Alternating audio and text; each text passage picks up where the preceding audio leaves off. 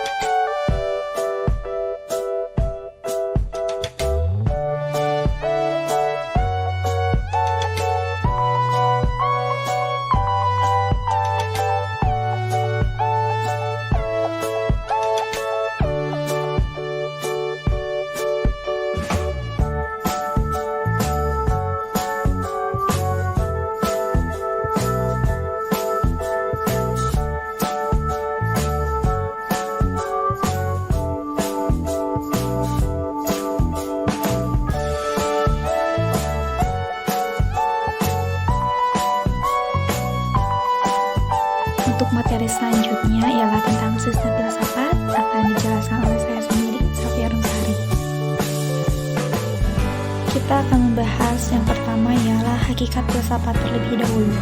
Nah, filsafat dalam bahasa Arab ialah falsafah dan dalam bahasa Inggris adalah filosofi, yang mana kata ini berasal dari bahasa Yunani. Nah, filosofi ini berasal dari kata philien yang artinya cinta atau love, dan sophia yang artinya kebijaksanaan atau wisdom. Nah, yang memiliki arti atau makna ialah cinta kebijaksanaan atau love of wisdom. Nah, dan apa sih seorang filosof itu? Jadi seorang filosof adalah pencinta, pendamba, dan pencari kebijaksanaan. Itu yang dikatakan oleh Lubis dalam bukunya tahun 2015. Nah, dalam KBBI sendiri, filsafat adalah pengetahuan dan penyelidikan dengan akal budi mengenai sebab-sebab, asas-asas hukum, dan sebagainya daripada segala hal yang ada dalam alam semesta. Ataupun filsafat ialah tentang mengenai kebenaran dan arti adanya sesuatu. Adapun sistem filsafat merupakan hakikat dari Pancasila. Nah, sistem di sini apa itu maksudnya? Jadi pengertian dari sistem itu sendiri ialah bagian-bagian yang saling berkaitan satu sama lain, saling bekerja sama untuk mencapai tujuan yang sama. Nah, teman-teman, sedangkan menurut pendapat Kailan, Pancasila yang sebagai suatu sistem filsafat serta ideologi, maka Pancasila itu harus memiliki unsur rasionalitas yang paling utama kedudukannya. Yang paling utama kedudukannya adalah sebagai suatu sistem pengetahuan. Adapun pengertian filsafat lebih lanjut di sini, filsafat diartikan sebagai metode atau cara berpikir, dan filsafat yang diartikan sebagai hasil dari berpikir. Yang pertama, filsafat sebagai metode atau cara berpikir ialah cara atau proses berpikir yang sedalam-dalamnya atau mendasar sampai pada hakikat daripada objek yang dipikirkan. Nah, dalam filsafat sebagai metode atau cara berpikir, terdapat 4 pengetahuan yang harus kita ketahui. Nah, yang pertama, pengetahuan deskriptif. Nah, pengetahuan deskriptif itu memberi jawab atas pertanyaan ilmiah bagaimana. Nah, sedangkan pengetahuan kausal memberi jawab atas pertanyaan ilmiah mengapa. Dan untuk yang ketiga ialah pengetahuan normatif. Nah, di sini pengetahuan normatif memberi jawab atas pertanyaan ilmiah kenapa.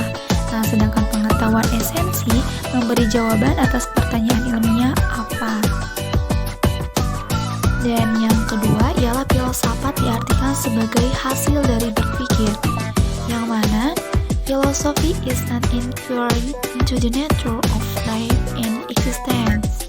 The philosopher asks what really is, real is not necessary. Jadi, perlu disadari bahwa tinjauan-tinjauan dari dua sisi terhadap filsafat itu harus tetap menyadari bahwa barangnya sendiri, yaitu filsafat, adalah satu barang dengan dua sisi. Nah, jadi penjelasan tersebut jangan dianggap terpisah secara mutlak atau satu terhadap yang lain. Jadi semuanya adalah saling melengkapi. Nah, teman-teman, Pancasila sebagai sistem filsafat ini kemudian menjelma sebagai suatu ideologi bangsa yang dijadikan pedoman hidup bagi manusia untuk kehidupan berbangsa dan juga bernegara. Nah, untuk poin-poinnya yang pertama, menurut pendapat Kailan, Pancasila sebagai suatu sistem filsafat serta ideologi, maka Pancasila itu harus memiliki unsur rasionalitas yang paling utama kedudukannya adalah sebagai suatu sistem pengetahuan. Dan yang kedua, Pancasila sebagai dasar filsafat negara, bahwa dalam segala hal bentuk penyelenggaraan negara hendaknya harus sesuai dengan nilai-nilai yang terkandung dalam Pancasila. Dan yang terakhir, Pancasila sebagai sistem filsafat bangsa dan negara Indonesia, hakikatnya Pancasila bukan hanya hasil dari pemikiran-pemikiran bagi oleh sekelompok ataupun doktrin seseorang sebagaimana ideologi-ideologi lain. Dan untuk yang kedua tentang peta filsafat dan perkembangan filsafat akan dijelaskan oleh Nisa Nurjati Siva.